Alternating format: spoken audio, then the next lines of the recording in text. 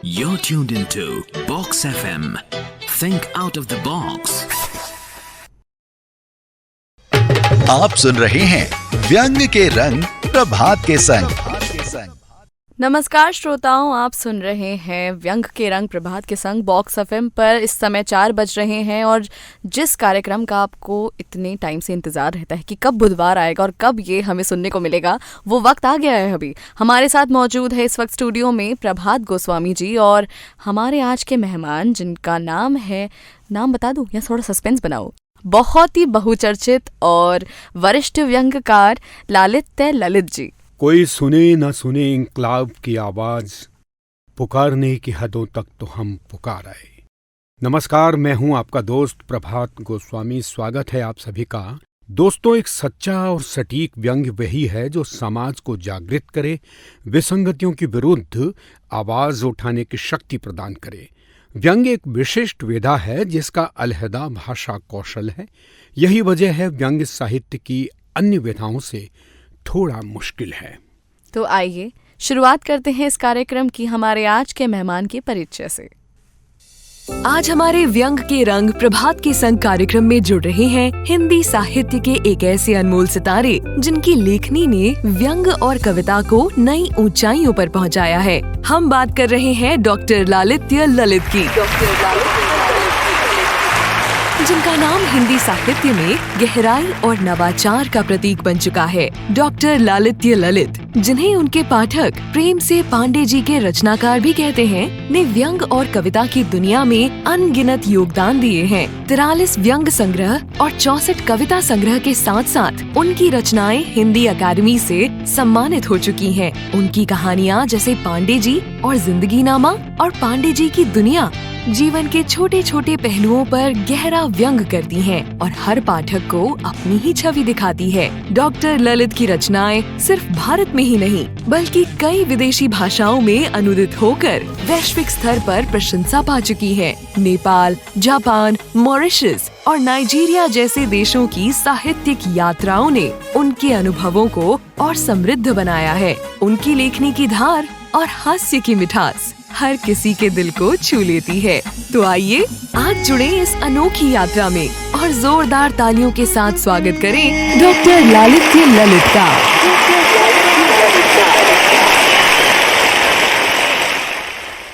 स्वागत है डॉक्टर लालित्य ललित जी आपका बॉक्स एफएम पर। बहुत बहुत शुक्रिया, धन्यवाद प्रभात भाई। कैसा लग रहा है आपको हमारे इस विशेष शो में जिसका नाम है व्यंग्य के रंग प्रभात के संग? मुझे ऐसा लग रहा है कि जयपुर जो है वो दिल्ली में आ गया है और दिल्ली जयपुर पहुंच गई। क्या बात है। बातचीत का सिलसिला शुरू करते हैं। ललित जी, जीवन में पहली बार आपके भीतर के लेखक ने बाहर आने के लिए कब आवाज दी थी? ये सवाल आपने बहुत ही मौजू उठाया है कि भीतर मुझे ऐसा लगा कि बहुत पहले सुरेंद्र शर्मा जो मंच के कवि हैं, उनकी कविताओं का वाचन किया करता था। फिर मुझे किसी ने कहा कि ललित जी, आपके पास अपनी भाषा है और आप हिंदी के आदमी हैं, तो आप अपना मौलिक लेखन क्यों नहीं करते? तो फिर मैंने कविताएं लिखना शुरू किया और धीरे धीरे कविताएं अखबार में अपना स्थान लेने लगी, लोग जानने पहचानने लगे और फिर मैं लिखता चला गया, फिर पीछे मुड़कर नहीं देखा। जी, पहले आप कवि थे, फिर व्यंग की तरफ आपका रुझान कैसे हुआ? व्यंग का रुझान ऐसे हुआ कि मैंने ये देखा कि कविताओं को अखबार में फिलर के तौर पे इस्तेमाल किया जाता है, यानी बहुत थोड़ा सा स्पेस मिलता था। और व्यंग्य जब छपता था व्यंग्यकारों का, चाहे वो ज्ञान चतुर्वेदी हो, हरीश नवल हो, प्रेम जन्मे जी हो, अंजनी कुमार चौहान हो, तो वो पूरा पेज उनको मिलता था जी। तो धीरे धीरे मैंने सोचा कि क्यों ना इस क्षेत्र में खेती बाड़ी की जाए और खेती बाड़ी करने में उतर गया और फिर पीछे मुड़कर नहीं देखा। पीछे मुड़कर मुझे देखना आता भी नहीं, पसंद भी नहीं। जी जी जी। ललित जी, जब कभी किसी भी लेखक की पहली रचना, चाहे वो व्यंग्य हो, कविता हो, कहानी हो, जब किसी अखबार या पत्रिका में प्रकाशित होती है तो उसकी एक अलग खुशी होती है, शरीर में एक अलग सी सिहरन सी हो जाती है और निश्चित रूप से वो लेखक चाहे उम्र में छोटा हो या बड़ा हो, उसे अपनी पहली रचना पर गर्व होता है, खुशी होती है। आपको अगर याद हो कि आपकी पहली रचना कब और कहाँ छपी थी और उस वक्त आपको कैसा लगा था, तो हमारे श्रोताओं से साझा कीजिए। देखिए, पहली रचना कहाँ छपी थी वो जरूर बताऊंगा। पहला कविता संग्रह जो है वो मेरा आया गांव का खत शहर के नाम। वो जो शीर्षक कविता है वो कई भाषाओं में अनुवाद हुई और जापान, मॉरिशस, नाइजीरिया, तमाम विदेशों में भी वह कविता बहुत ही लोकप्रिय रही। वाह। और जब मेरी पहली रचना आकाशवाणी केंद्र दिल्ली से प्रसारित हुई तो मुझे उस समय 150 या 250 रुपए का चेक मिला था और मैं इतना खुश हुआ था कि जैसे मेरी लॉटरी निकल गई हो। और मेरा पहला व्यंग संग्रह जो है, जिसको आप पहला प्रेम कह लीजिए, वो जिंदगी तेरे नाम डार्लिंग, ये साहित्य निकेतन बिजनौर से प्रकाशित हुआ। और जैसे कि फिल्मी दुनिया में सुभाष घई हैं, तो व्यंग की दुनिया में मैं मानता हूं कि गिरिराज शरण अग्रवाल ने मेरे भीतर के विलायती राम पांडे को पसंद किया और विलायती राम पांडे वहीं से आया जी। जो मेरा बाद में मुखर पात्र बना। और आजकल पांडे जी के किस्से आपको पता ही है कि पांडे जी हैं तो फिर आपके साथ जुड़े हुए हैं दिल्ली से। जी बिल्कुल बिल्कुल। आगे हम आपका व्यंग भी सुनेंगे, लेकिन उससे पहले एक सवाल और, आपकी रचना प्रक्रिया के बारे में हमारे श्रोताओं को बताइए। रचना प्रक्रिया ये है कि कुछ लोग मुझे कहते हैं कि आप लिखते कब हैं। मैं कहता हूँ कि मैं कब नहीं लिखता। अगर मैं इस समय प्रभा जी से बात कर रहा हूँ तो मेरे पात्र मुझसे समन्वय किया हुआ है उन्होंने, और संवाद भीतर कर रहे हैं। मेरे 2 दर्जन पात्र हैं और मुझे लगता है कि मुझे और किसी पात्र की आवश्यकता नहीं। लगभग 30 या 35 साल पहले मैंने जब मूर्ति देवी से सम्मानित हुई थी प्रतिभा राय, तो उनसे जब इंटरव्यू किया था तो उन्होंने अब मुझे 6 महीने पहले फोन किया कि बोले कि ललित जी, मेरे पात्र मुझसे बात जब करते हैं तो मैं एक्सीडेंट कर बैठती हूँ।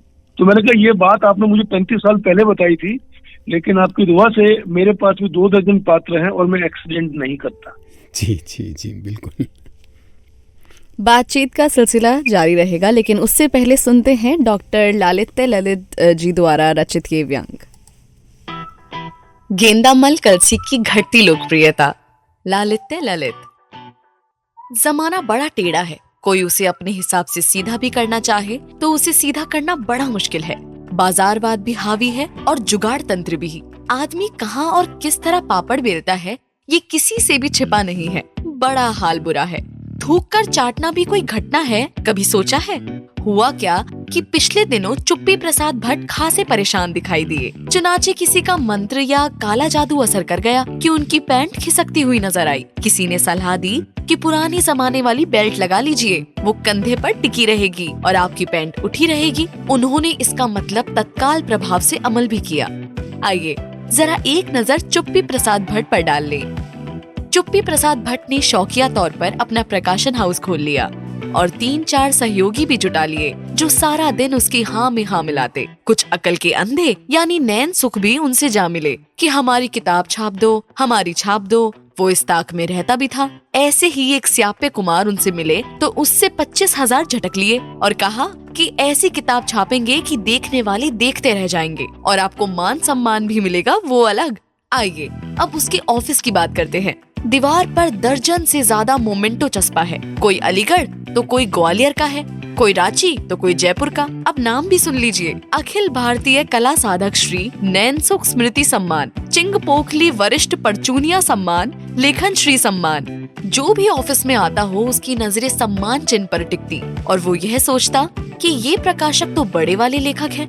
और कुछ हद तक उन्होंने भी मान लिया था कि प्रेमचंद की कहानी ईदगाह का हामिद उनकी आत्मा में प्रवेश कर गया है और इसी के चलते उन्होंने अपना टाइपिस्ट ऐसा पकड़ा कि जो भी सामग्री पब्लिक डोमेन में है, यानी उस लेखक को ऊपर गए हुए 60 वर्ष हो चुके हैं, उसका सारा साहित्य कंपोज कर दे। एक भूमिका हो जाए, उसके लिए एक टटपुंजी किस्म के घोस्ट राइटर को पकड़ा, उसे पैसे पकड़ाए और धड़धड़ाते हुए अनेक संग्रह आने शुरू हो गए। मानो प्रेमचंद ही मंटो हो, अलाने हो फलाने हो, जैसी डिमांड वैसे कम समय में माल हाजिर। पांडे जी को सब चालाकियां मालूम थी। उन्होंने अंतर्मन से कहा भी, क्या जमाना आ गया, कैसे घटिया किस्म के लोग हैं जो साहित्य का बैडमिंटन बनाए हुए हैं। ना तो बढ़िया खेलना चाहते हैं और ना ही कुछ सार्थक लिखना चाहते हैं। ऐसे ही गेंदामल कलसी हैं। लगता है पिछले जन्म में भट्ट और कलसी दोनों भाई रहे हों। इस जन्म में चालू है। अपना स्वार्थ साधने के लिए सामने वाले के पैरों में भी पड़ जाए कोई बड़ी बात नहीं। एक ने 70 पार कर लिया और दूसरा 65 के लपेटे में है। पांडे जी आकलन कर रहे हैं, इसलिए उन्होंने एक समिति का गठन किया है जिसमें अलग तरह के एक्सपर्ट को उसमें रखा है। एक बैठक का ध्यान से चयन किया गया, जगह प्रेस क्लब रखी गई। आइए जो निष्कर्ष निकल कर आए, उससे पहले बैठक में अमृतसरी फिश और सॉफ्ट से लेकर हार्ड ड्रिंक्स मंगवाए गए। कुछ चीजें रिपीट हुई और निष्कर्ष यह निकल कर आया कि विषय इतना महत्वपूर्ण है कि एक ही बैठक में सही तरीके से चिंतन मनन नहीं किया जा सकता। इसके लिए एक बैठक का आयोजन और करना होगा। समिति ने साहित्य अकादमी में चल रहे पुस्तक मेले का अवलोकन किया और कुछ मित्र प्रकाशकों से पुस्तकें भी खरीदी और चाय का स्वाद भी लिया। पांडे जी ओला पकड़कर घर लौट आए। रास्ते में उन्होंने ओला के ड्राइवर से कहा कि भैया जरा एसी चला लो, कुछ गर्मी सी महसूस हो रही है। पहले तो ड्राइवर ने मजाक समझा, लेकिन दोबारा कहने पर उसने एसी चला लिया। पांडे जी को झपकी लग गई और वो क्रिएटिव हो गए। आइए उनकी रचना से मुखातिब होते हैं। सुंदर लड़कियां। ये वो लड़कियां हैं जो आजकल सब समझती है कि सोशल मीडिया पर एक्टिव रहने का ना कोई औचित्य है, ना ही कोई विशेष प्रसंग। वो आजकल व्हाट्सएप पर नहीं रहती, ना वो फेसबुक पर दिखती। उनकी दुनिया में केवल और केवल उनका अपना लक्ष्य है, जिसे उसे पाना है। अनेक बाधाओं को पार करना है। सफलता को स्पर्श ही नहीं, उसे अंगीकार भी करना है। सुंदर लड़कियां जानती समझती सब है। वो पुस्तकों में व्यस्त है। उन्हें पता है कि एक बार करियर बन जाने के बाद सोशल मीडिया को अपनाने में कोई हर्ज नहीं, उससे पहले उनको नहीं आना है। सुंदर लड़कियों से अभिप्राय बाहरी सुंदरता से नहीं, आंतरिक सुंदरता से भी है, जो समझती हैं सामने वाले के मन को, सम्मान को और परंपराओं से जुड़े हर सवाल की अहमियत को भी। खुशी होती है जब लड़कियां किसी भी प्रकार की प्रतियोगिताओं को सफलतापूर्वक निभा पाती हैं। सुंदर लड़कियां वो भी होती हैं जो अपनी माँओं के हाथ बटाती है, घर के कामों में, रसोई घर में, अपने पढ़ने के अलावा। वो समझती हैं अपने पिता को, उनकी उलझनों और सुलझनों को भी, कि कैसे जीवन यापन करना होता है मौजूदा परिस्थितियों में। कुछ लड़कियां वो भी होती हैं जो थोड़े से संसाधनों में भी गुजर बसर कर लेती है और हमेशा की तरह उफ भी नहीं करती। उन्हें पता है अपने जीवन का कि उन्हें कहाँ पहुँचना है। वे उड़ना चाहती हैं अपनी पसंद से। अपने मुकद्दर पर उन्हें भरोसा ही नहीं, यकीन भी है कि हर हाल में उसे अपने घर का विश्वास नहीं तोड़ना है, बल्कि घर को, उसके लोगों को भी गौरवान्वित होने का मौका देना है। अंतर्मन ने कहा कि खुश होती लड़कियों का अर्थ है कि उनका समय, उनकी सफलता का समय अब आरंभ हो चुका है। सुनो सभी सुंदर लड़कियों, तुम्हें तुम्हारी उपलब्धियां जल्द मिले। शुभ दिवस, शुभ यात्रा और शुभकामनाएं। पांडे जी को लेखन पसंद है और उनकी पसंद का विषय लड़की है जिसे वो बखूबी जीते हैं, और काफी हद तक उनका मानना भी है कि लड़कियों को उनका स्पेस मिलना चाहिए।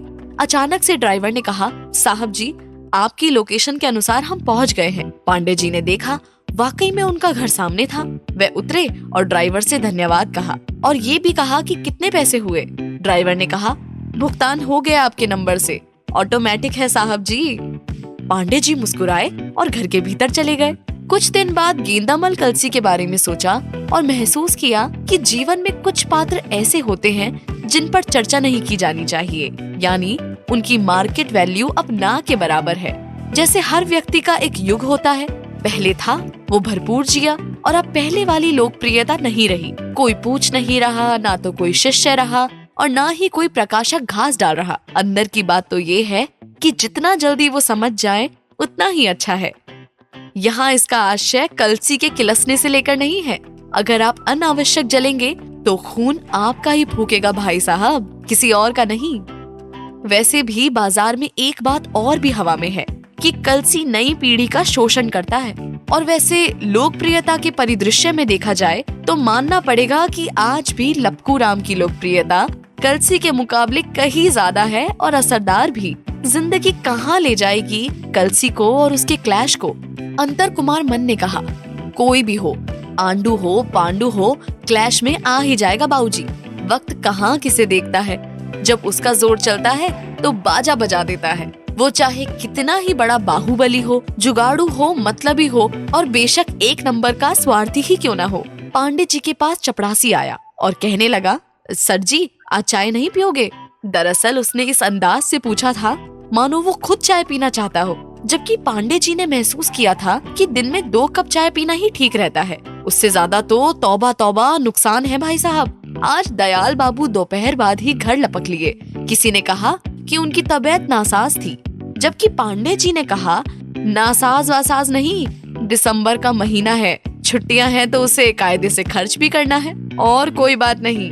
तभी उन्हें कमरे में शिमला की सर्द हवाओं का स्नेहिल स्पर्श हुआ। गलती से उनके सहयोगी ने एसी का बटन खोल दिया था। चुनाचे पांडे जी को हरारत हुई तो कहने लगे, लाहौल बिला कुप, बंद करो भाई, क्या करते हो। सहयोगी को गलती का एहसास हुआ। उसने कहा, अब मुझसे ये नहीं हुआ, जो मजदूर आए थे, हो सकता है बटन उनसे खुल गया हो। जबकि पांडे जी की कुल्फी बन गई थी, बटर स्कॉच टाइप की। बहरहाल पांडे जी लघुशंका से फारिग हुए और घर जाने की तैयारी करने लगे। कहने लगे, आजकल भीड़ भी इतनी हो गई है कि जो दिल्ली आता है वापसी का नाम ही नहीं लेता। इधर देविका का मोबाइल बजा और पांडे जी संतुलित हुए और पूरा नजारा ही बदल गया, जैसे पांडे जी देविका को शिमला ले जाना चाहते हो। वाह, गेंदामल कलसी की घटती लोकप्रियता, ये बहुत ही प्यारा व्यंग्य सृष्टि की आवाज में आपने सुना। सृष्टि, आगे क्या है? आगे इस व्यंग पर समीक्षात्मक टिप्पणी है फारूक अफरीदी जी की, वो हम पहले अपने श्रोताओं को सुनाना चाहेंगे। जी, मैं हूं जयपुर से फारूक अफरीदी। आज बॉक्स एफएम पर व्यंग के रंग प्रभात के संग कार्यक्रम में देश के प्रसिद्ध व्यंगकार, कवि, संपादक और साक्षात्कारकर्ता डॉक्टर लालित्य ललित का साक्षात्कार और उनके व्यंग की प्रस्तुति अपने आप में महत्वपूर्ण है। यह प्रसन्नता की बात है कि आज हम बॉक्स एफएम पर सबसे तेज गति के साथ आगे बढ़ रहे देश के चर्चित व्यंगकार डॉक्टर लालित्य ललित से रूबरू हो रहे हैं। लालित्य ललित वर्तमान समय के ऐसे एकमात्र व्यंग लेखक हैं जिनके व्यंग्यों में पांडे जी नामक पात्र और कविता का स्थायी भाव रहता है। जैसे एक जमाने में केपी सक्सेना के व्यंग्यों में शायरी के साथ मिर्जा स्थायी पात्र हुआ करता था। आज का व्यंग है गेंदामल कलसी की घटती लोकप्रियता। इस व्यंग में मुहावरों का खूबसूरत प्रयोग हुआ है, जैसे थूक कर चाटना, अकल के अंधे और नाम नैन सुख। ललित की रचनाओं के पात्र भी लाजवाब नामों से लबरेज होते हैं, मसलन गेंदामल कलसी, चुप्पी प्रसाद भट्ट, लपकू राम, अंतरमन कुमार आदि। प्रस्तुत रचना में घोस्ट राइटिंग की बखिया उधेड़ी गई है। कैसे एक व्यक्ति जब अपनी लोकप्रियता की ढलान पर होता है तो अपने अस्तित्व को बचाए रखने के लिए नई नई प्रतिभाओं का शोषण करने लगता है। उसमें इतने दुर्गुण पैदा हो जाते हैं कि वह कुछ भी करने के लिए तैयार रहता है। इसमें इतना बारीक व्यंग है कि उसे समझने के लिए पाठक और श्रोता की परख होती है। व्यंग में साहित्य का बैडमिंटन जैसा नया मुहावरा प्रभावी बन पड़ा है। आज व्यंग को साधने के लिए जिस नए टूल्स और विट्स की बात कही जाती है वह यहाँ मौजूद है। व्यंगकार एक व्यंग में कई मोर्चे खोलते हुए भी उन्हें सफलतापूर्वक साधने का हुनर रखता है। व्यंग में एक सार्थक कविता है सुंदर लड़कियां। इसमें पाठक जीवन के यथार्थ और दर्शन दोनों को बखूबी रूपायित होते हुए देखता है। यहाँ लेखक लड़कियों की ऊपरी खूबसूरती की नहीं बल्कि उनके संघर्ष, उनके दायित्व और उनके सामने उपस्थित चुनौतियों को सामने लाता है और पुरुष प्रधान समाज में लड़कियों के लिए स्पेस की पैरवी करता है। ललित की रचनाओं में कहन का अलग और खास अंदाज है। वे गंभीर बात को बहुत सरल अंदाज में चुटकी लेकर कह देते हैं। वे शब्दों का आडंबर या मकड़ जाल नहीं बुनते, इसलिए उनकी संप्रेषणीयता सहज हो जाती है। वे इस रचना में मनुष्य के छल छद्म को छील कर रख देते हैं, इसलिए आज के समय में वे एक अलग किस्म के व्यंगकार हैं। वे महानगर की सभ्यताओं और मध्यवित्त परिवारों की त्रासदियों के प्रतिनिधि व्यंगकार हैं। अंत में एक बात, लालित्य ललित और आचार्य राजेश कुमार ने हिंदी व्यंग विधा के उन्नयन और नए व्यंगकारों को प्लेटफॉर्म देने के लिए 131 और 251 व्यंगकारों के अलग अलग मेगा व्यंग संकलन के संपादन का अद्वितीय कार्य किया है, जिसे हमेशा याद किया जाएगा। इससे व्यंग और व्यंगकारों को सम्मान मिलने की आशा की जा सकती है। इससे व्यंग विधा को एक नई गति भी मिलेगी, ये उम्मीद है। आप सुन रहे हैं व्यंग के रंग प्रभात के संग। स्वागत है एक बार फिर से आपका। ललित जी, एक सवाल मेरे जहन में है कि आपकी व्यंग रचनाओं में अनेक पात्र हैं, जैसे केंद्रीय पात्र विलायती राम पांडे, फिर गेंदामल कलसी, दुलारी, अशरफी लाल, श्यापे कुमार, लपकू राम, चुप्पी प्रसाद भट्ट, अंतर्मन कुमार जैसे अनेक पात्र हैं। कहाँ से आए हैं ये पात्र? क्या ये सब काल्पनिक पात्र हैं या हमारे आसपास ही कहीं विचरण करते हुए आपकी व्यंग रचनाओं में उतर आए? बात ये ऐसा है कि जो लेखक लिखता है वो अपने आसपास के किरदारों को देखता हुआ लिखता है। वैसे सारे पात्र काल्पनिक हैं, लेकिन मुझे हैरानी होती है कि जब कुछ लोग उन पात्रों से ये समन्वय कर लेते हैं कि कहीं मैं तो नहीं हूँ। मुझे हैरानी हुई कि कई साल पहले एक महिला मुझसे मिलने आई ऑफिस में। उन्होंने कहा कि ललित जी, मैं देवी का गजोदर तो नहीं हूँ। मैंने कहा आप इस जन्म में क्या, आप अगले 7 जन्मों तक देवी का गजोदर नहीं बन सकती। लेकिन मुझे बड़ी हैरानी होती है जब कोई राधे लाल नाराज हो जाता है तो मैं ये कह देता हूँ कि राधे लाल शर्मा है, ये कल्लू मामा हो जाता है तो कल्लू कालिया बना देते हैं। तो ऐसे ही जब कोई ये कहता है कि मैं कहीं गेंदामल कलसी तो नहीं हूँ, तो मुझे लगता है कि ये भी इस तरह की बात हो जाती है। जी जी जी, बिल्कुल बिल्कुल। बहुत बार ऐसा होता है तो कई बार लेखक को ये डिस्क्लेमर देना पड़ता है कि भाई ये संयोग ही होगा कि इस रचना के पात्र कहीं वास्तविक जीवन के पात्र भी हैं, हो सकते हैं, लेकिन इसमें व्यंग्यकार का दोष नहीं है। आज के व्यंग्य की हालत और हालात पर आप कुछ कहना चाहेंगे? नहीं, मैं कहूँगा कि माने जो आज की जो स्थिति है, कुछ लोग तुरंत जो है चर्चा में बने रहने का प्रयास करते हैं, लेकिन मुझे लगता है ये साधना का विषय है। और जब तक हम लोग अपने वरिष्ठ पीढ़ी का लिखा हुआ नहीं पढ़ेंगे तो हमको पता नहीं चलेगा कि व्यंग का मिजाज क्या है। लेकिन स्थिति आप ये देखिए कि मान लीजिए आप ऊपर रहते हैं और ग्राउंड फ्लोर पे आपके मीटर एक साथ चोरी हो जाते हैं और लगभग कैमरा भी काम नहीं करता। अगर कैमरा काम भी करता है तो तब भी हम कुछ नहीं कर पाते हैं। तो स्थितियां जो है समय के अनुसार बदलती है। जी बिल्कुल। एक सवाल और मैं आपसे पूछना चाह रहा हूं कि जिस तरह से आपने निरंतर लेखन किया है व्यंग पर, और आपके व्यंग के साथ साथ कविता भी उसमें होती है, ये एक अलग शैली है जिस पर आप लिखते हैं। आपके व्यंग काफ़ी विस्तार लिए भी होते हैं और उसके बीच में कविता भी होती है। इस पर आप क्या कुछ बताना चाहेंगे हमारे श्रोताओं को? मैंने प्रभात जी एक फिल्म देखी थी, कॉम्बो, मैंने वो पुलिस वाला थी संजय दत्त की, वो हिंदी में डब की हुई थी। तो मुझे शायद विचार वहीं से आया कि व्यंग लिखे और उसमें कविता का भी पुट डालें। तो कई लोग मुझे पूछते हैं कि आप व्यंग में कविता लिखते हैं और ये एक अलग तरह का प्रयोग है। तो मैं ये कहता हूँ कि ये कॉम्बो है कि आप उसमें कविता का भी आनंद लेंगे और व्यंग का भी आनंद लेंगे। जी, मुझे लगता है कि इस तरह के लोग कम हुए हैं। और जैसे कि फारूक अफरीदी जी ने अपने वक्तव्य में कहा, तो मुझे लगता है कि एक नया प्रयोग मैंने किया है जी, कॉम्बो।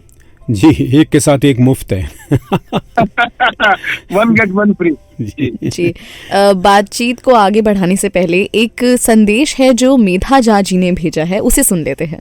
नमस्कार, मैं बेंगलोर से मेधा झा बोल रही हूँ। आज के मेहमान ललित जी के व्यंग के बारे में बस इतना ही कहना चाहती हूँ कि हिंदी व्यंग से मेरा वास्तविक परिचय ललित जी के व्यंगों द्वारा ही हुआ है।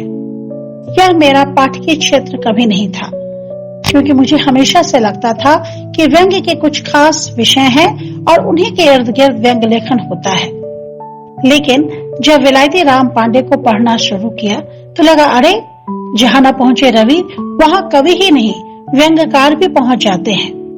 जीवन के हर छोटे बड़े पहलुओं पर लिखा उनका व्यंग अचंभित तो करता ही है, अपने लिए अपना जाना पहचाना विषय लिखने को प्रेरित भी करता है। उनके पात्र राम प्यारी जी, अशरफी लाल, देविका कब मुझे अपने से लगने लगे पता ही नहीं चला। एक और चीज जो मैं खासकर बताना चाहती हूँ वह है उनके व्यंगों में कविता का नवीन प्रयोग। मुझे बेहद पसंद है यह चीज। उनके व्यंगों में कविताएं आती जाती रहती हैं। भाषा ऐसी है जैसे हम आप सामने बैठे बातें कर रहे हों। उनका चुटीला अंदाज और सहज भाव उनके व्यंगों में भी प्रमुखता से उभर कर आता है। मुझे यह बताते हुए खुशी हो रही है कि मैंने व्यंग लेखन ललित सर के कहने पर ही प्रारंभ किया और मैं पहली और अंतिम भी नहीं हूँ जिसने उनके कहने पे प्रारंभ किया है व्यंग्य लेखन। जी बिल्कुल, मेधा झा बेंगलोर से हमारे साथ जुड़ी हुई थी और उन्होंने ये एक प्यारा सा संदेश भेजा था। ललित जी, अब बहुत से हमारे युवा साथी हैं जो इन दिनों व्यंग्य लेखन में अपना भाग्य आजमा रहे हैं या कहना है कि वो व्यंग्य लिख रहे हैं। उनका ये कहना है कि जब भी किसी वरिष्ठ जन से हम बात करते हैं तो वो हमें ये कहते हैं कि मैं तो स्वयं एक विद्यार्थी हूँ। तो वो कह रहे हैं ऐसे में हम कैसे सीखें? तो एक मुकम्मल व्यंग्य कैसा होता है, उसमें क्या खास बातें होती हैं? आप हमारे उन लेखकों को बताएं जो अभी व्यंग्य के वाकई विद्यार्थी हैं। ये बिल्कुल सही कहा कि कुछ जो बड़े नाम है वो अक्सर ये कह देते हैं हम अभी विद्यार्थी हैं। मुझे लगता है कि वे लोग नई पीढ़ी का शोषण करते हैं और वे नहीं चाहते कि नई पीढ़ी उनके कद का स्पर्श भी कर पाए। ये बात किसी को चुभ भी सकती है, लेकिन हालत यही है, वास्तविकता यही है। कोई नहीं चाहता कि मतलब मेरे थाने का सिपाही कोई नया आ जाए। वो अपने थाने के सिपाही भी रहना चाहते हैं, थानेदार भी रहना चाहते हैं और एसीपी भी रहना चाहते हैं। मुझे लगता है कि जो नई पीढ़ी के जो लोग आ रहे हैं उनको मगरमच्छ जो बनाम बड़ा लेखक है उससे बचना चाहिए और ये इस ताक में रहना कि कहीं वो उसका शोषण तो नहीं कर रहा। बिल्कुल है ना जी, क्योंकि जी। ये बड़ी दुविधा है, बड़ी बुरी स्थिति है। हर आदमी, और आप ये देखेंगे कि कई लोगों ने अपने जीते जी सम्मान शुरू कर दिया। तो ये भी बड़ी विचित्र स्थिति है। मतलब वो बात की भी प्रतीक्षा उनको नहीं है कि हमारे जाने के बाद शायद कुछ लोग हमें पानी भी नहीं नसीब करेंगे, पानी भी नहीं पिलाएंगे। संतरे की बात तो छोड़ दीजिए जी। ये तो एक परंपरा है। क्योंकि मैं क्रिकेट की कमेंट्री करता रहा हूँ, तो देवधर ट्रॉफी जो हुआ करती थी, जो वो प्रोफेसर देवधर थे महाराष्ट्र के, वो ट्रॉफी जब चलती थी तो उनके जीते जी उनके सामने ही इसका नामकरण हुआ था और वो बहुत लंबे समय तक देवधर ट्रॉफी खेली जाती रही। खैर, आगे एक और सवाल है कि एक दौर था जिस दौर में मैं अपने आप को मानता हूँ कि मैं छात्र जीवन में जब मैं किताबें पढ़ता था, साहित्य पढ़ता था, तब मुझे लगता था साहित्य की पहचान कहानी, कविता, व्यंग्य या किसी अन्य विधा से हुआ करती थी। आज साहित्य पुरुष, महिला, दलित, सवर्ण विमर्शों में बांट दिया गया है। आपके विचार में क्या यह उचित है? नहीं, ये बिल्कुल भी उचित नहीं है। आप ये देखिए कि पानी पर, जल पर सबका अधिकार है, सड़क पर सबका अधिकार है, वायुयान में हर व्यक्ति बैठता है, रेल में हर व्यक्ति बैठता है। तो मुझे लगता है कि यात्री बनना चाहिए। वो जो क्लास जो बनाई है ना, सेकंड एसी, थर्ड एसी और चेयर कार और फर्स्ट एसी, वो हमारी मानसिकता है। तो हमें सयात्री होना, हमें जल होना, हमें निर्मल होना है। और जैसे कि रामदृश मिश्र जी की जो गजल की पंक्ति है, मुझे अभी तक याद है, जहां आप पहुंचे छलांगे लगाकर, वहां मैं भी पहुंचा मगर धीरे धीरे। बिल्कुल बिल्कुल। मुझे लगता है कि हमें धीरे धीरे हमें सारे रास्ते खुद ब खुद खुलते चले जाएंगे और जितने हमारे सामने चुप्पी प्रसाद भट्ट और गेंदामल कलसी नामक लोग आएंगे वो छटते चले जाएंगे। और हमें घबराना नहीं है, हमें अपना रास्ता स्वयं बनाना है और चलते चले जाना है, लिखते चले जाना है और अपने पाठकों को अर्जित करना है। जी जी बिल्कुल जी।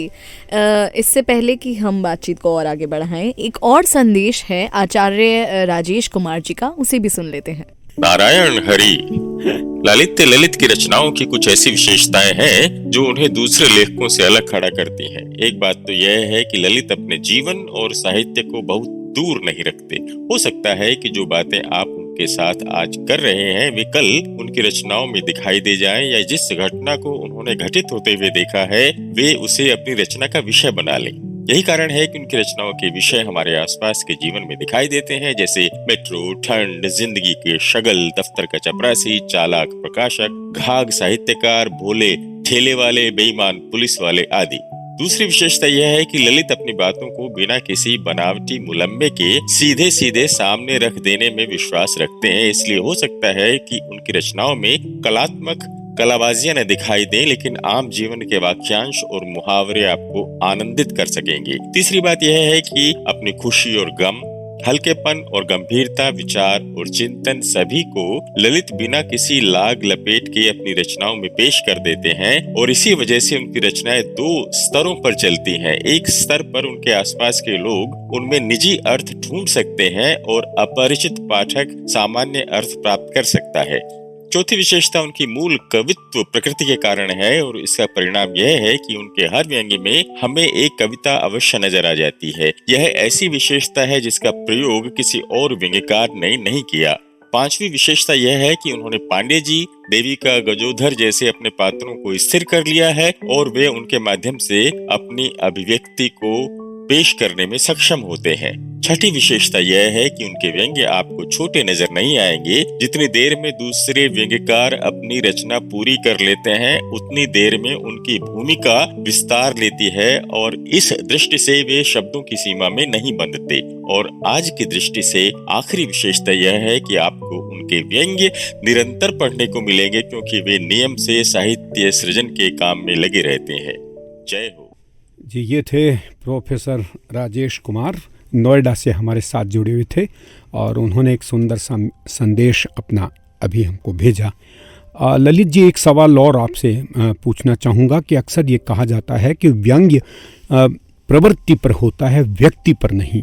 लेकिन आजकल देखा गया है कि चाहे परोक्ष रूप में नहीं लेकिन अपरोक्ष रूप में कुछ ऐसी व्यंग्य रचनाएं हमारे सामने आती हैं जो सीधे सीधे किसी व्यक्ति को मार करती हैं। आप क्या कहना चाहेंगे? देखिए, ऐसा है कि ये बात आपने बिल्कुल ठीक कही है, लेकिन व्यंग्यकार अपनी बात कहने में सक्षम है और उसकी बात का अर्थ सामने वाला अपने अंदाज में ले लेता है, जबकि ऐसा कुछ नहीं है। मैंने कुछ कहा, आपने कुछ समझा और तीसरे ने कुछ और समझ लिया, चौथे ने कुछ और समझ लिया। तो ये सबकी अपने अपने स्तर की बात है कि वो सामने वाला व्यक्ति आपके कहे हुए को किस तरह स्वीकार करता है और किस तरह संप्रेषण को अधिकृत करता हुआ ये मानता है कि वो सामने वाले ने क्या कहा और क्या नहीं कहा। जी जी, इसका मतलब यही है कि आप जब हम लोग पत्रकारिता और मास कम्युनिकेशन पढ़ा करते थे तब ये कहा जाता था कि एक संदेश एक व्यक्ति से 5-6 व्यक्तियों तक जाते जाते उसका स्वरूप बदल जाता है, उसका अर्थ बदल जाता है। तो इसका कहने का मतलब ये हुआ कि आप वो सब कुछ किसी व्यक्ति पर केंद्रित व्यंग्य नहीं कर रहे हैं, लेकिन कई बार व्यक्ति ये समझ लेता है कि ये व्यंग्य मेरे ऊपर है। मैं बिल्कुल ठीक समझ रहा हूँ? बिल्कुल सही बात, मैं सहमत हूँ आपसे। जी जी जी, बिल्कुल।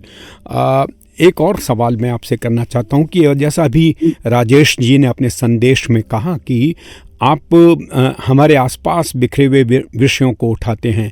आप जब घर से ऑफिस तक निकलते हैं और फिर वापस ऑफिस से घर तक आते हैं, दिल्ली की भीड़ और गहमा गहमी के बीच आपको कैसे अपने विषय मिल जाते हैं व्यंग्य के लिए? बिल्कुल आपने सही कहा कि मुझे ये लगता है कि अगर मैं मेट्रो में चल रहा हूँ तो सामने वाला मुझे पात्र दे रहा है, सामने वाला मुझे कथा दे रहा है। आप देखिए कि आजकल की नई पीढ़ी जो है ईयरफोन लगाए रखती है। मैं पूछ भी लेता हूँ कि भाई आने वाले 3 साल बाद ENT के जो पेशेंट्स है वो बढ़ने वाले हैं। कई बार मैं लोगों को कहता हूँ कि भाई आप ईयरफोन का ज्यादा इस्तेमाल मत करो, नहीं तो आप बहरे हो जाओगे, सुन नहीं पाओगे। लेकिन आज की पीढ़ी मानती नहीं है। उनको पसंद है कि वो आने वाले 3 साल बाद डॉक्टर के बाहर बैठे और डॉक्टर की कमाई करें। जी बिल्कुल ठीक है। एक और सवाल मैं आपसे कर रहा हूँ कि अक्सर ये कहा जाता है कि व्यंग्य जो है वो विरोध की विधा है, यानी व्यंग्य हमेशा विसंगतियों के विरोध मैं ऐसे व्यक्ति से नहीं मान सकता, क्योंकि विरोध की विधा कहने का मतलब तो ये हुआ कि वो हर बात पे विरोध करता है, जबकि ऐसा नहीं है। व्यंग्य विसंगति जहाँ है वहाँ विरोध करता है, लेकिन फिर भी ये कहा जा रहा है कि एक व्यंग्य का कोई स्वतंत्र आलोचना शास्त्र अभी तक नहीं बन पाया है, जिसकी वजह से व्यंग्य आलोचना का पक्ष बेहद कमज़ोर है। और या ये कहें कि लोग आजकल इतना धैर्य नहीं है कि वो अपनी आलोचना सहन करें। तो क्या आप मानते हैं कि व्यंग्य का एक स्वतंत्र आलोचना शास्त्र होना चाहिए और हर रचना को उसकी कसौटी पर कसकर देखना चाहिए? ये बिल्कुल होना चाहिए। इस क्षेत्र में सुभाष चंद्र जी ने काम किया है, रमेश तिवारी आ रहे हैं, डॉक्टर सनिता इस पे काम कर रही हैं, राजेश कुमार जी ने भी इस पे काम किया है जी। और आने वाले इस विधा में कई सारे ऐसे लेखक हैं जो इस पे काम करने वाले हैं। जबलपुर से या भोपाल में अब आगे हैं विवेक रंजन श्रीवास्तव जी, राहुल देव भी हैं लखनऊ से। हाँ, माने राहुल देव भी, माने कई सारे ऐसे लोग हैं जो आने वाले समय में बहुत सक्रिय होने वाले हैं। और आप ये देखिए कि माने विषय तो अपने आप आपको मिल जाएंगे, लेकिन कोई भी व्यंग्यकार हो उसकी अपने घर में नहीं चलती है, उसकी विसंगति उसके घर में रहती है। यदि आपको जैसे कच्ची पक्की दाल सब्जी मिल गई तो आपको ना नहीं करना पड़ेगा, आप बोलोगे नहीं बहुत अच्छी बनी। अगर नमक कम होगा जब भी आप बोलेंगे कि नहीं संतुलित है, बहुत अच्छा है। बल्कि मैं तो ये मानता हूँ कि गर्मियों में यदि जीवन संगनी माने कुछ बना रही है तो आपको वाह ही करना होगा, क्योंकि बड़ा मुश्किल होता है साहब। तो समझौता तो करना पड़ेगा। और लेखक जो है माने जब भी कोई विषय देखता है तो उसको अपनी विसंगति नजर आती है, लेकिन कहीं ना कहीं वो अपने आत्मसमर्पण करता है। घर में तो बेशक करता है, लेकिन बाहर जो है वो विसंगतियों के विपरीत अपना स्वर खड़ा करता है, अपने को तैयार करता है। और विलायतीराम पांडे के बारे में आपको पता ही है कि वो समाज में जहाँ विसंगति देखते हैं वहां वो एक्टिव मोड पे आ जाते हैं, चाहे वो ट्रैफिक हवलदार हो या बिजली के इंस्पेक्टर हो, शिक्षक हो, डीएम हो, तो उसका अपना आनंद है। जी बिल्कुल। एक और संदेश है अशोक गौतम जी का शिमला से, आइए उसे भी सुन लेते हैं। समकालीन व्यंग्य साहित्य में लालित्य ललित का नाम अत्यंत सम्मान के साथ लिया जाता है। 40 व्यंग्य संग्रहों के रचयिता लालित्य ललित पांडे जी के माध्यम से व्यंग्य को आम आदमी के साथ जोड़ने का प्रयत्न करते हैं, जिसमें वे सफल भी हुए हैं। इनकी हर व्यंग्य रचना समाज की हर विसंगति को हंसते हंसते बेचती है। ये अपनी व्यंग्यमयी दूरबीन से समाज की हर विद्रूपता को सहज भीतर तक देख लेते हैं। ललित जी की लेखनी का पैनापन अनैतिक होते समाज में नैतिक मूल्यों को ऊपर उठाने का प्रयास इनकी व्यंग्य रचनाओं में स्पष्ट दिखाई देता है। ललित जी का हर व्यंग्य अपने में नयापन लिए होता है, भाषा, विचार और शैली के स्तर पर। ललित जी के व्यंग्य लेखन की सबसे बड़ी विशेषता यह है कि इनका व्यंग्य लेखन बहुआयामी है। जहाँ सूरज भी नहीं पहुँच पाए वहाँ इनके पांडे जी बड़े मजे से पहुँच जाते हैं। समाज की विसंगतियों का कोई भी कोना पांडे जी से बच नहीं पाता। यही ललित जी के व्यंग्य की सबसे बड़ी उपलब्धि है। ये थे अशोक गौतम। श्रोताओं, इस समय आप व्यंग्य के रंग प्रभात के संग कार्यक्रम सुन रहे हैं। हर बुधवार को शाम 4 से 5 बजे तक आपका ये पसंदीदा कार्यक्रम, जिसमें व्यंग्य विमर्श पर हम बातचीत करते हैं। और आज हमारे साथ देश के चर्चित लोकप्रिय व्यंग्य लेखक कवि डॉक्टर लालित्य ललित इस समय हमारे साथ शिरकत कर रहे हैं, हमसे बातचीत कर रहे हैं। लालित्य जी, आपने कविता, व्यंग्य और शैक्षिक विषयों और कुछ अन्य विषयों में लगभग 150 किताबें लिखी। काफ़ी लंबा अनुभव है आपका इस क्षेत्र में। इसके बावजूद बहुत से पाठक ये जानना चाह रहे हैं कि ललित लालित्य जी ने आज तक कोई उपन्यास क्यों नहीं लिखा। ये आपने बड़ी अच्छी बात की। और इस बात को एक बारी मुझे प्रेम जन्मेजय साहब ने भी कहा कि ललित तुम उपन्यास लिख सकते हो। और उनसे प्रेरित होकर मैंने 100 दिन जो है वो वॉइस टाइपिंग भी शुरू की। मैं पार्क में सैर करने जाता था और मुझे लगता है कि 100 दिन से कुछ होने वाला नहीं है जब तक वो 1000 दिन नहीं हो जाएंगे। अभी 900 दिन और बचे हुए हैं। अच्छा। लेकिन एक उपन्यास जरूर आएगा। और मुझे लगता है कि अभी चूंकि संघर्ष और लेखन जारी है, अगले वर्ष या 2 वर्षों में मैं उपन्यास जरूर अपने पाठकों को दूंगा। जी, तो पाठकों के लिए ये अच्छी खबर है जो ये जानना चाह रहे थे कि लालित्य ललित जी का अब तक कोई उपन्यास क्यों नहीं आया। तो बहुत जल्दी एक उपन्यास आपके सामने होगा, एक व्यंग्य उपन्यास। व्यंग्य उपन्यास को लेकर एक बातचीत और है कि व्यंग्य आप 1000, 1500 या 2000 शब्दों तक लिखते हैं, जहां व्यंग्य को साधना कोई मुश्किल काम नहीं है। लेकिन जब आप 300-400 पेज का एक उपन्यास, व्यंग्य उपन्यास लिखते हैं, तो हर पेज पर व्यंग को साधना कितना मुश्किल होता होगा, इसके बारे में भी आप बताएं हमें। गोस्वामी जी, सीधी सी बात यह है कि अगर कोई गृहिणी यदि कोई सब्जी बना रही है, आज अगर मटर पनीर बना रही है, आलू गोभी बना रही है, तो उसको मालूम रहता है कि मटर पनीर बनाने है तो उसमें कितना पनीर डलेगा, कितनी मटर लगेगी, कितना मसाला लगेगा। उसी तरह लेखक का भी हिसाब किताब है कि उसको कहाँ गेंदामल कल्फी फिट करने हैं, कहाँ प्रसाद भट्ट आएंगे, कहाँ देवी का गजोदर आएगी, और कहाँ वो टीकू तलसानी आएंगे और निकिता माथुर आएंगे। तो सबकी जगह लेखक के दिमाग में है और उसके खाने बने हुए हैं, खांचे बने हुए हैं। और जिस दिन उपन्यास आएगा उस दिन आप देखेंगे कि ये वाकई में मटर पनीर की सब्जी जो है शाही पनीर से बेटर बनी है। क्या बात है। एक बात और, आप क्योंकि सभी जानते हैं आप सरकारी सेवा में काम करते हैं, और जहाँ पर सब जो भी नौकरी करता है सरकार की या किसी भी निजी क्षेत्र में, उसका एक लंबा वक्त अपनी सरकारी सेवा या निजी क्षेत्र की सेवा में निकल जाता है। ऐसी परिस्थितियों में आपने लेखन और सरकारी सेवा के बीच सामंजस्य कैसे बैठाया? नहीं, वो मैंने वो संतुलन बिठाना पड़ता है। ऑफिस के समय में हम ऑफिस की बात करते हैं, और जहाँ 5:30 बजे जब छुट्टी होती है तो उसके बाद ललित एक्टिव हो जाते हैं, चाहे वो घर आने का समय होता है या मेट्रो का समय होता है।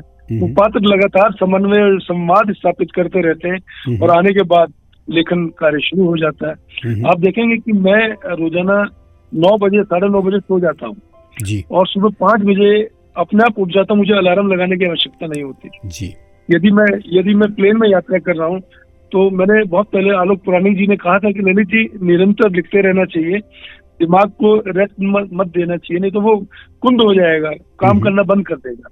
तो मैं एक बार गुवाहाटी गया था ब्रह्मपुत्रा लिटरेरी फेस्टिवल में, तो 2 या 2.5 घंटे की फ्लाइट थी। मैंने फ्लाइट में ही एक व्यंग लिख दिया और सीढ़ी से उतरते उतरते जनसत्ता में भेज दिया। घर पहुंचा और अगले दिन वो व्यंग जनसत्ता के एडिटोरियल पेज पे था। क्या बात है, बहुत बढ़िया। तो मुझे ऐसा लगता है कि निरंतर लिखना चाहिए। ऐसे में जब मलेशिया गया तो जब भी मेरा व्यंग जनसत्ता में आया था, और हरिशमर बिष्ट जी की बिटिया ने वो देखा कि भैया या अंकल जो भी है, मैंने ये आपका ये लिंक था, ये मैंने खोल दिया, आप देख लीजिए जनसत्ता में आपका व्यंग है।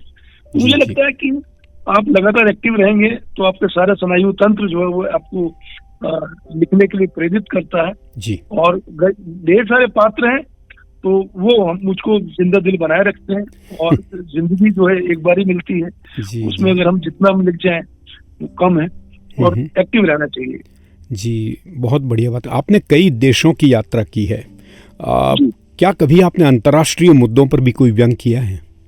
नहीं, अंतर्राष्ट्रीय मुद्दों पे तो व्यंग कई किए हैं, लेकिन जब आप व्यंग की पुस्तकें पढ़ेंगे जो कई सारे प्रकाशकों ने प्रकाशित किए हैं, चाहे वो भावना प्रकाशन है, सामयिक प्रकाशन है, बहुत सारे प्रकाशक हैं, तो आपको वो भी नजर आएगा। क्योंकि विलायती राम पांडे अगर नाइजीरिया भी गए हैं या मलेशिया भी गए हैं तो थोड़ी वहाँ की संस्कृति में नजर आती है। बिल्कुल बिल्कुल, वो आपको नजर आएगा, है ना। आप ये देखिए कि मैं जब नाइजीरिया में था या इंडोनेशिया में था, तो आप देखिए कि जो एक हमारे सिंगर हैं, पंजाबी के सिंगर हैं, उनके भाई ने वहाँ ढाबा खोला हुआ है, मतलब फ्री होम डिलीवरी, वो 5 स्टार होटल में भी डिलीवर करते हैं। अच्छा। हाँ, यानी विदेश में भी आपको वही दाल मखनी, वही शाही पनीर आपको मिल जाएगा, वो आपके कमरे में सर्व हो जाता है, डिलीवर हो जाता है। तो मुझे लगता है कि हिंदुस्तानी जो है वो दुनिया के किसी कोने में चला जाए वो भूखा नहीं मर सकता, और भारतीयों को भोजन अवश्य मिलेगा, भारतीय भोजन मिलेगा। जी जी, बिल्कुल बिल्कुल। दुनिया में बढ़ते पर्यटन का एक लाभ ये भी हुआ है, मैंने भी बहुत से देशों की यात्रा की, तो मुझे लगा कि पहले चिंता होती थी कि भाई बाहर जा रहे हैं, खाना मिलेगा कि नहीं मिलेगा, लेकिन मैंने देखा हर जगह आपको शुद्ध शाकाहारी भोजन भी मिलता है, और इसकी वजह है हमारा पर्यटन का जो एक विस्तार हुआ है पूरी दुनिया में, उसके कारण भारतीय पर्यटक बहुत ज़्यादा संख्या में बाहर जा रहे हैं, तो उनकी पसंद का खाना भी वहाँ उनको मिल जाता है।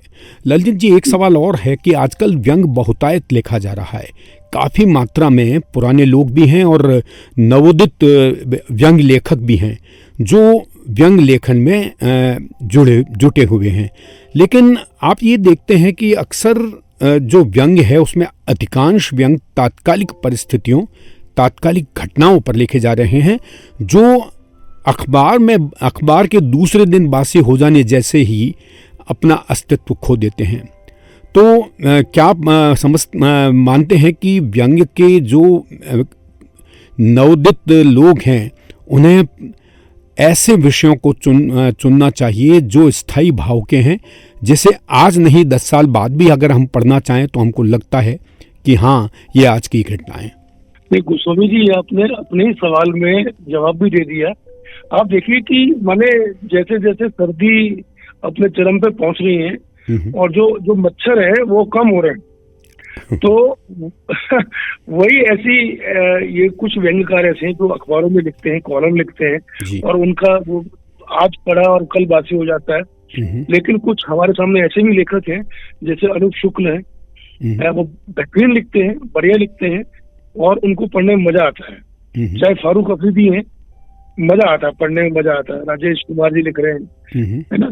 तो हमारे सामने कुछ ऐसे बड़े लोग भी हैं, सीनियर लोग भी हैं, सिंसियर भी हैं कि लगता है कि यार जो इन्होंने लिखा है कि तात्कालिकता नहीं है, ये व्यंग बाद में पढ़े जाएंगे। तो बहुत सारे ऐसे लोग हैं, है ना। कृष्ण कुमार आंसू है या हरीश कुमार सिंह है, अलग अलग राज्यों में व्यंगकार हैं। क्योंकि मैंने जब संचयन किया तो बहुत सारे ऐसे व्यंगकारों से परिचय हुआ।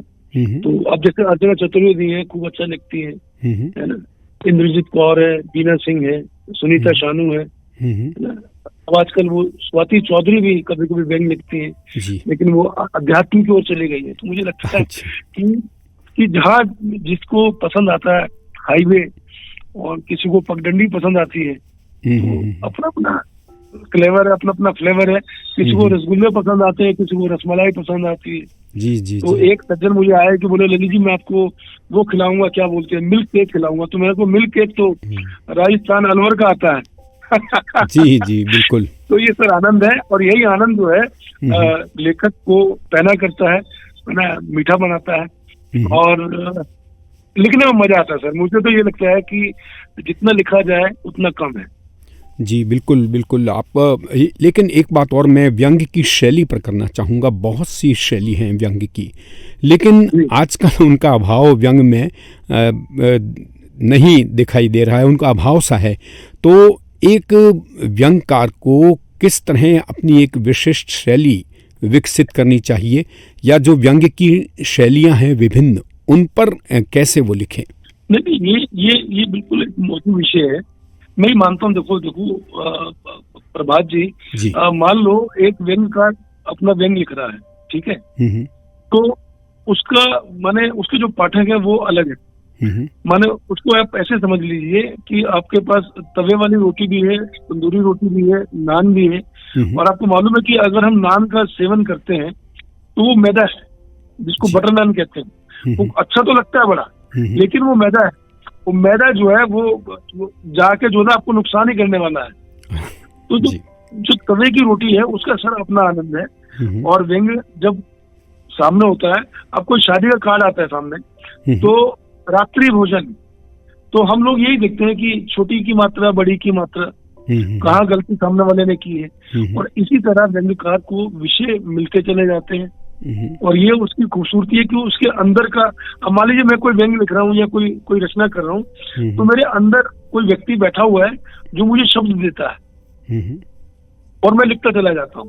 पहले तो पेन से लिखा करता था, अब जब से ये डिजिटल हुआ है मैं सब नोट्स में टाइप करने लगा हूँ, और तो इससे मेरे टाइपिस्ट का खर्चा भी बहुत बच गया जी। लेकिन मैं आज भी आपके सामने कहूँ तो मुझे फोल्डर बनाना नहीं आता, तो उसकी मैं किसी से मदद ले लेता हूँ कि भैया ये फोल्डर कैसे बनेगा। तो तकनीक ने उन्नत तो किया है और व्यंग्यकार को विषय भी बहुत मिले हैं। जी ये कहना होगा जी। व्यंग्यकार को काफी विषय मिले हैं, लेकिन जहाँ तक व्यंग्य की भाषा, जिसकी वजह से व्यंग्य एक विशिष्ट विधा के रूप में माना जाता है, वो भाषा कहीं लड़खड़ाती नजर आती है आज के व्यंग्य में। आप क्या कहना चाहेंगे? ऐसा है सर, मतलब हमारे सामने अगर कोई दिव्यांग है और जिसके दोनों पैर हैं, तो बेचारा दिव्यांग जो है वो भी काम कर रहा है, जिसके दोनों पैर है वो भी चल रहा है। तो इसी तरह शौकीन लोग भी अलग अलग हैं। और भाषा का जो आनंद है, जो लालित्य है, वो सामने वाला किस तौर पे उसको ग्रहण करता है, ये हमें देखना है। तो सबके लिए रास्ता बना हुआ है, सबके लिए सामग्री है, सबके लिए विषय है, और उस विषयों को वो कैसे अपने लेखन में प्रस्तुत करता है, ये उसकी खूबसूरती है, ये उसकी विशेषता है कि वो सामने वालों को किस तरह परोसता है कि उसने क्या लिखा, क्या नहीं लिखा। जी जी।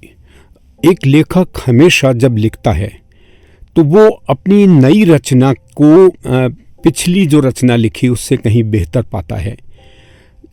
आज भी ये कहते हैं कि लेखक स्वयं अपने भीतर एक आलोचक भी है और एक समीक्षक भी है।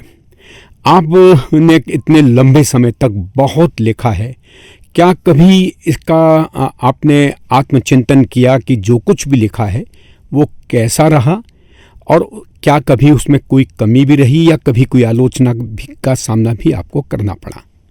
ये बिल्कुल ठीक कहा कि हम जब शुरू में नरेंद्र कोहली जी के घर जाते थे, जब वो रचना गोष्ठी होती थी, तो हम अपनी रचना सुनाते थे और वो अपना टीका टिप्पणी दिया करते थे।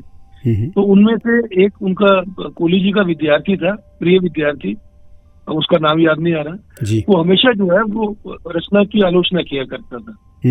तो ठीक है, रचना की आलोचना कभी कभी अच्छी भी लगती है, कभी कभी बुरी भी लगती है, लेकिन मुझे लगता है कि आलोचक होने चाहिए, कुछ मित्र ऐसे होने चाहिए जो आपकी रचना में बता सके कि कहाँ खराबी है, कहाँ कमी है। अगर जब तक हमें अपनी कमियों का पता नहीं चलेगा, हम उसका सुधार संशोधन नहीं कर पाएंगे। ये बिल्कुल तय है। जी जी। हमारे बहुत से साथी चाहते हैं कि आप उन्हें भी कुछ मार्गदर्शन दें, सलाह दें या कुछ बताएं, ताकि वो भी इस व्यंग्य के और कविता के क्षेत्र में आगे बढ़ें। नहीं, मार्गदर्शन और सलाह ये वैसे बुजुर्गों का काम है, जो 70 साल से ऊपर के लोग हैं, 65 से ऊपर के लोग हैं। मैं मात्र 54 वर्ष का हूँ, अभी 6 वर्ष और लगेंगे सलाह देने में, लेकिन इतना कहूंगा कि वो लिखें, वास्तविकता को समझें और अच्छे लोगों का सानिध्य प्राप्त करें। माने चुप्पी प्रसाद भट्ट और जयमल कलसी को दूर से नमस्ते कर दें, क्योंकि वो साहित्य का भला नहीं कर रहे, वो अपना भला कर रहे हैं, ये हमें समझ में आया है ना। जी जी। और क्योंकि प्रकाशन के क्षेत्र में ऐसे दुष्ट प्रकाशक भी हैं, उनसे सावधान रहें, और अगर नए लेखक हैं तो वो अच्छे प्रकाशकों का चयन करें, जैसे नेशनल बुक ट्रस्ट इंडिया है, साहित्य अकेडमी है, प्रकाशन विभाग है, और निजी क्षेत्र में भी कुछ अच्छे प्रकाशक हैं जो रचनाकारों को रॉयल्टी देते हैं, क्योंकि लिखने से कुछ आपको अर्थ प्राप्ति भी होनी चाहिए। ऐसा नहीं प्रभात जी कि नई पीढ़ी लिख रही है, उसे 2 रुपए भी नहीं मिल रहे। हम चाहते हैं कि नई पीढ़ी लिखे, और कई सारी हमारी पुस्तक मालाएं हैं, क्योंकि मैं नेशनल बुक ट्रस्ट में काम करता हूँ, और राष्ट्रीय पुस्तक न्यास से संपर्क करें। हम उन्हें पहले हिंदी में लाएंगे, फिर तमाम भारतीय भाषाओं में लाएंगे। जैसे कि आपको चलते चलते बताऊं, हम लोग 55 भाषाओं में पुस्तकों का प्रकाशन करते हैं। देश और दुनिया में जहाँ भी पुस्तक की बात होती है, हम लोग सबसे आगे। बहुत बड़ी बात कही है। चलते चलते ललित जी, एक सवाल मैं और पूछना चाहता हूँ कि अगर डॉक्टर लालित्य ललित कवि और व्यंग्यकार नहीं होते तो क्या होते? अगर मैं लेखक नहीं होता तो मैं हलवाई होता। मैं खूब सारी मिठाई बनाता और लोगों को तनाव भरी जिंदगी से दूर करता। और मीठा एक ऐसा है कि वो हर क्षेत्र में काम आता, चाहे सत्ता हो, चाहे वो विपक्ष वाला व्यक्ति हो, वो मिठाई जरूर खाता है।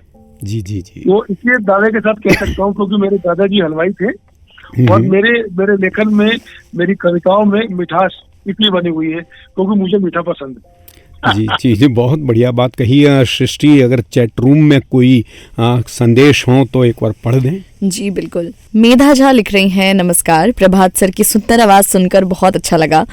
मुकेश असीमित जी लिख रहे हैं, ललित सर को नमस्कार, प्रभात सर को भी, शानदार व्यंग रचना ललित सर की। मुकेश राठौर जी लिख रहे हैं, ललित जी व्यंग के टेस्ट प्लेयर हैं, पांडे जी मार्के की लंबी लंबी रचनाएं उनकी खास पहचान है। जी बहुत बढ़िया। और क्योंकि अब घड़ी हमें आगे बढ़ने से रोक रही है, आज के इस कार्यक्रम में देश के चर्चित और युवा व्यंग्यकार डॉक्टर लालित्य ललित हमसे जुड़े और बहुत बेहतरीन बातचीत हुई। आपने खुलकर हमसे अपने विचार साझा किए, इसके लिए ललित जी, बॉक्स एफएम की तरफ से आपका बहुत बहुत आभार। बहुत बहुत शुक्रिया प्रभात जी, सृष्टि जी और तमाम जितने लोग जुड़े फारूक अफरीदी जी, मेधा झा, आचार्य राजेश कुमार, अशोक गौतम जी, सबके प्रति मैं कृतज्ञ हूँ कि उन्होंने समय निकाला। बहुत बहुत शुक्रिया जी।